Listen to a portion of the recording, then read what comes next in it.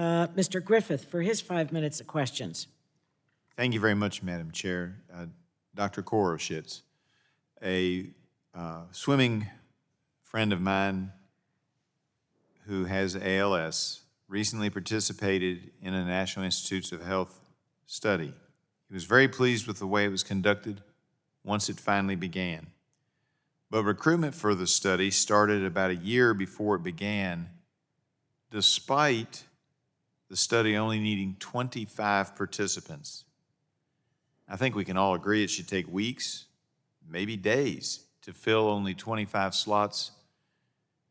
Tell me about your recruitment process. Who's involved?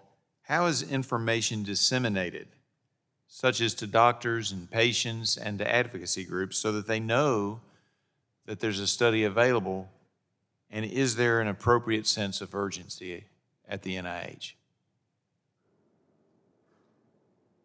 There definitely is a sense of urgency, and everybody who knows ALS realizes how the science is. In general, ALS trials are actually better than most. The ALS community is a very tight community. We can have very good ties with the ALS Association, and generally, because the community is really looking for answers, we have generally not had trouble with ALS. Now, you'll talk to Merit Sokovich in the next panel, and she runs the platform trial for ALS. She could maybe have more ground truth on this, but my understanding is ALS is actually doing pretty well in terms of enrollment. If you send me any information about the particular one you're mentioning, I would be happy to look into it and get back to you. Well, I'd be happy to send you the information, but I mean, you're saying that ALS is doing pretty good and getting, people into the studies. My friend's experience was it took him over a year before they got enough participants, and they only were looking for 25. That doesn't sound like we're doing good enough and that we maybe need to do more. It doesn't sound like you have any ideas, but look, we're here trying to help. If there's something we need to be doing, if there's, you need authorization to advertise, as I sometimes hear for clinical trials, but if you need to advertise and we have an approved language for that, then let us know, because we want to help. We want to try to solve this problem, because he's not doing very well. He's not doing nearly as well as I'd hoped. But a year he waited for this study to get off and run it. Now, he was very happy once he got started. Let me switch gears a little bit on that, and we'll stick with you.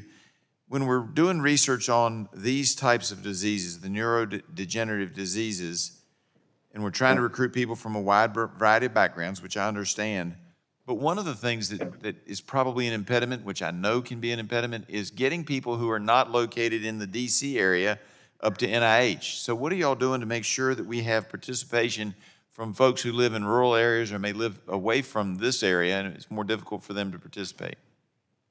Yeah, well, that's a really good question. And actually, the one bright side of COVID is that many of the trials had to move towards remote visits with the patients.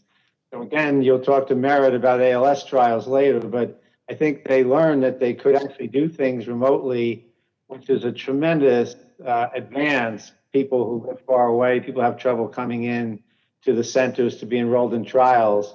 At NIH, actually, we're in a very unusual position in which we can use NIH funds to transport people from anywhere in the country to NIH. Well, and I appreciate that, and that was going to be one of my follow-up questions, is what can we do to facilitate using more telehealth? Because, if it's a blood sample that needs to be drawn, that can be done locally and then shipped to the NIH, but I know you have to do some other things. And it may have to be an occasional visit, but the more we can do with telehealth, the better off all of our patients will be. And again, I think I speak for both sides of the aisle and this committee. We're anxious for agencies like yours to tell us, what do you need put into language in the law so that we can facilitate you all using more telehealth and making sure that we're doing it right, so that we can get these studies and get more participants in these studies. I do appreciate you all. 100% agree. Yeah. One thing that might help, and we could talk to Merit later, is helping physicians in one state be able to work with patients in another state without having to get a license.